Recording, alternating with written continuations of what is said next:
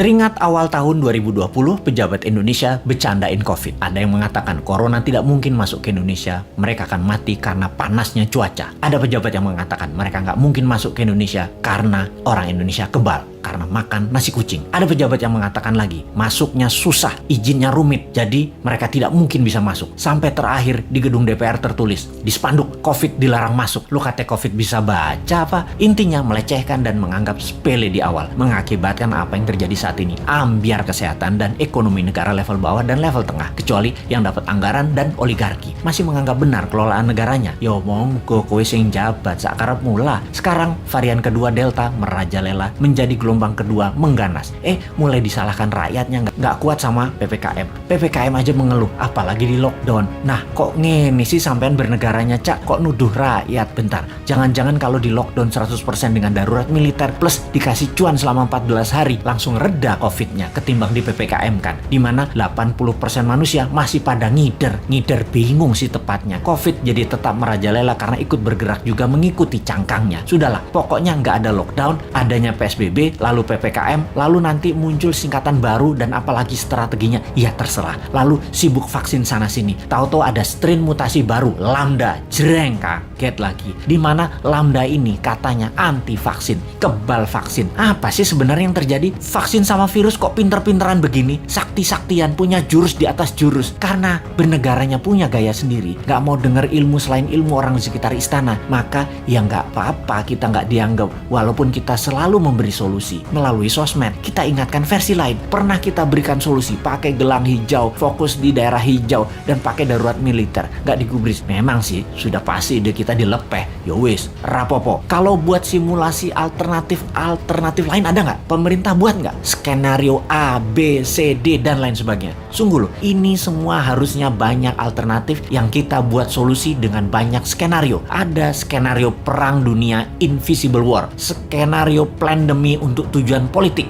atau ini pandemi biasa. Oh lupa, selama hampir 2 tahun ini masih kekeh COVID itu pandemi biasa, bukan ada skenario konspirasi dan bisa selesai pakai vaksin. Dan pendapat ini dipegang kokoh, ngotot banget, COVID pandemi biasa dan selesai dengan vaksin. Itu keputusan maha benar. Kalau kita new mind punya banyak alternatif berpikir dan skenario bertindak, beda dengan old mind. Kalau ini adalah perang dunia, kita harus segera memutuskan ambil posisi dengan siapa kita berteman, dengan Nazi atau dengan sekutu. Kalau ala perang dunia kedua, kalau ini pandemi, biological war sama globalis, maka kita juga harus lobby internasional dengan big pharmacy. Kalau ini pandemi dengan tujuan politik, kita pepet lawannya musuh kita. Ini dari sisi hulu, dari biang masalahnya. Kalau dari sudut pandemi globalis yang terus menginginkan kendali kesehatan, maka apa yang terjadi kalau vaksin sudah 100% populasi di Indonesia, ternyata pandemi COVID tidak hilang juga? Beli vaksin lagi? Lama hal ini sudah kita pertanyakan, namun pejabat bilang tidak mungkin, pasti hilang dengan vaksin. Iya paham,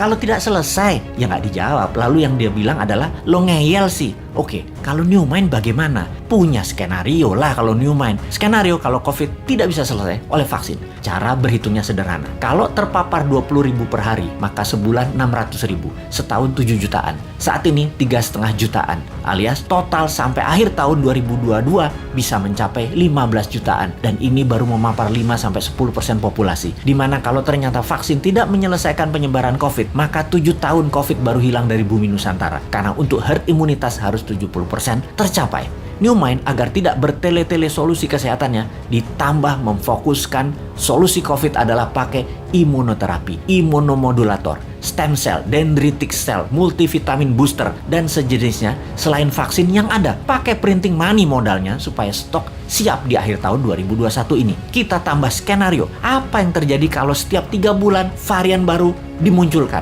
Lambda yang terbaru misalnya, ini sudah diluncurkan dan sudah terdeteksi di 26 negara, sudah terpapar. Malaysia tuh masih 0 kasus, tapi sudah panik sejak bulan lalu dan mulai membuat persiapan macam-macam dilakukan. Karena yang Lambda ini kebal terhadap vaksin. Imunitas tubuh manusia yang bisa menyelamatkan diri sendiri dikasih booster. Kalau pejabat sekarang tahu nggak ya tentang Lambda, Theta, Upsilon yang bakal muncul? Atau tahu apa enggak juga kita nggak tahu. Punya rencana apa menanganinya juga kita nggak tahu. Atau nah ini. Atau nggak percaya bakal ada Lambda, bakal ada Upsilon, bakal ada Theta seperti awal tahun 2020 kemarin. Ya monggo. Jadi kalau vaksin tidak menyelesaikan masalah ditambah varian baru yang lebih kuat muncul, mau PPKM karet berapa lagi? Karet 4 seperti sekarang aja jebol. Kalau karet 10 pedes banget ya. Masih belum nyadar juga ya bahwa solusi selama 2 tahun ini belum terlalu tepat. Setidak tepat selalu berhutangnya untuk hal yang tidak produktif di dalam bernegara. Ayolah melobi globalis. Bisa kan? Ngerti? Cuma nanya, jangan marah dong bos. Aku ya ora paham. Cuman kasihan rakyat aja.